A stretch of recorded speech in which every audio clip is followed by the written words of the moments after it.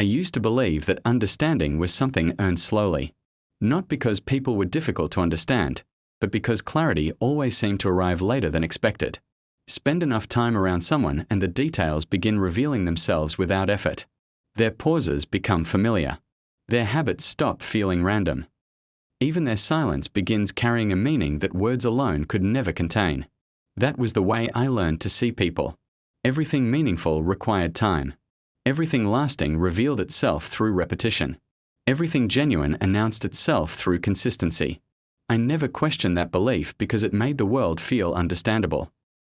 Most conversations rarely moved beyond the surface, not because people were dishonest, but because they arrived carrying versions of themselves they had already learned how to present. Stories polished by repetition.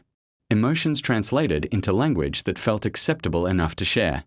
Identities shaped by what could be understood quickly. They weren't pretending. They were simply offering the parts of themselves that could survive immediate recognition. I can't criticize that habit because I've lived the same way for longer than I can remember. Not because I wanted to hide, but because I slowly realized that not everything meaningful survives the moment it's explained. Some thoughts lose their shape the instant they're forced into language. I've watched it happen more times than I can count. Someone asks what you're thinking, and before you've answered, you're already editing the thought. You remove the uncertainty. You smooth the contradiction. You soften the rough edges that made it honest. By the time those words reach another person, they aren't untrue. They're simply no longer complete. After enough years, that quiet editing becomes instinct.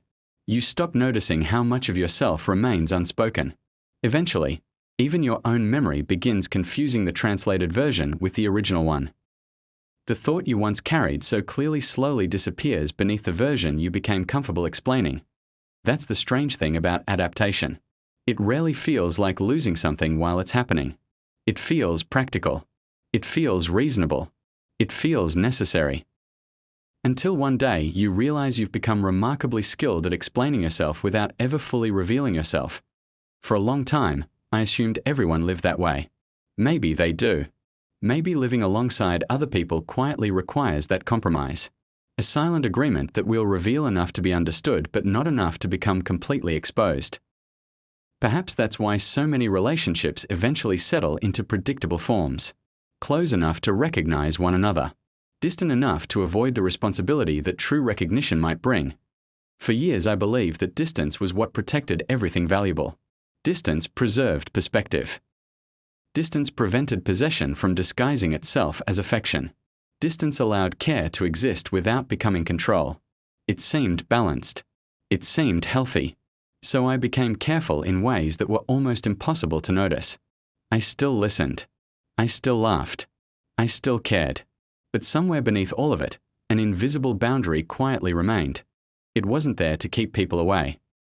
It was there to protect something within me that I couldn't yet explain. I don't know when that boundary first appeared.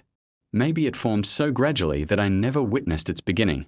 Maybe disappointment placed the first stone. Maybe expectation added another. Maybe experience completed what neither of them could finish alone. Whatever built it did so patiently, until eventually it stopped feeling like a choice and started feeling like part of who I was. Then something happened that didn't resemble the kind of moment people usually remember. There was no dramatic conversation. No life-changing confession. Nothing that would appear remarkable to someone watching from the outside. It was quieter than that. A pause. A sentence left unfinished. A silence that lasted slightly longer than expected. Most people would have forgotten it before the day ended. I didn't. Not because of what was said, but because of what wasn't. Sometimes absence reveals more than presence ever could. Someone chooses not to interrupt, not to assume, not to rescue the silence simply because silence feels uncomfortable. At first, it seems insignificant. Then you realize how uncommon that restraint really is. Most people move quickly towards certainty. When they don't understand, they immediately ask. When discomfort appears, they rush to fill it with words. When silence arrives, they treat it like a problem waiting to be solved. But every now and then, someone allows silence to remain exactly what it is. No performance. No pressure. No attempt to improve the moment. Just enough space for awareness to arrive before language begins. I've started wondering whether that might be one of the rarest forms of respect we can offer another person. Not agreement, not admiration, simply the willingness to let someone finish discovering what they were already beginning to understand within themselves. That realization stayed with me longer than I expected, not because it answered anything, but because it quietly replaced old certainties with better questions. How much of my life have I spent protecting thoughts that never needed protection? How many versions of myself have I mistaken for the real one simply because they were easier to explain? How often have I confused being understood with merely being interpreted? Those questions refused to disappear.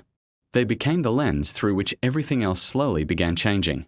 Conversations I thought I had finished returned carrying meanings I had never noticed before. Memories rearranged themselves. Ordinary moments quietly revealed details that had always been present, waiting for a different kind of attention. Nothing outside of me had changed. Yet somehow everything looked different.